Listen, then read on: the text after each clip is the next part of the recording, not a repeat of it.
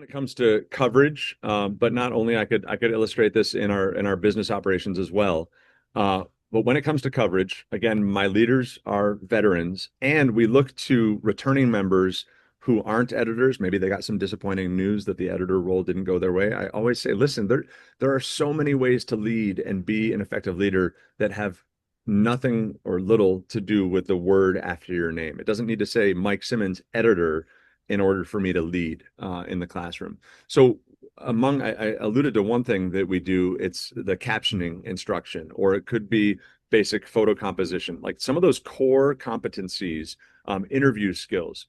I have the luxury of years worth of curriculum and content creation that we can rely on. But I can say to my copy kids, here is last year's interview presentation and activities that we did in September. Uh, Review them. I want to hear about modification. Like, don't just modify them. Let's have a conversation if you think that they're inadequate in any way. And recognize it is Wednesday and you need to be ready to teach this by next Monday, right? We do almost all of our instruction in September and October, and then the rest of the year is production. And that doesn't mean we don't do touch-ups. You might think about like a spinning plate or basketball. You got to give it a couple extra little pushes here and there, November, February, little touch-ups. But our core is early in the year.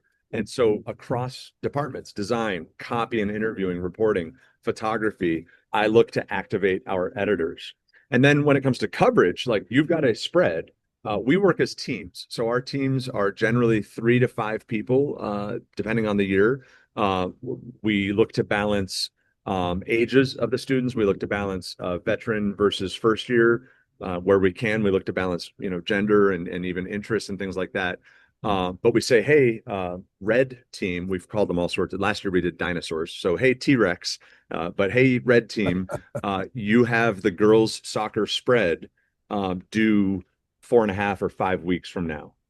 And we normally have an editor who is assigned to that team. So now we've got editor, let's say +4, and they'll sit down when we're breaking coverage. They'll look at the last 2 or 3 yearbooks. We have them physically open in their laps, or we're looking at digital slides, so that when you recognize, like, oh, the girls' soccer team has twin sisters on it, let's tell that story. We're like, nope, we literally told that story last year. Got to freshen up the coverage. Let's go. We're always doing that coverage audit. And that's where the veterans, that's where I can say, hey, veterans, new stories, new coverage. They know exactly what I mean. And that's just one example then of be it a worksheet, a whiteboard, poster, paper on the floor. That's where I let my editors say, like, how do you want to brainstorm coverage this year? Oh, last year we did whiteboards and we didn't really think that worked. Cool. Give me something new. And that's like, it's those little, this is an aside, but it's those little things that don't really matter. Like, I still win, right? They're still brainstorming. I'm a little less busy.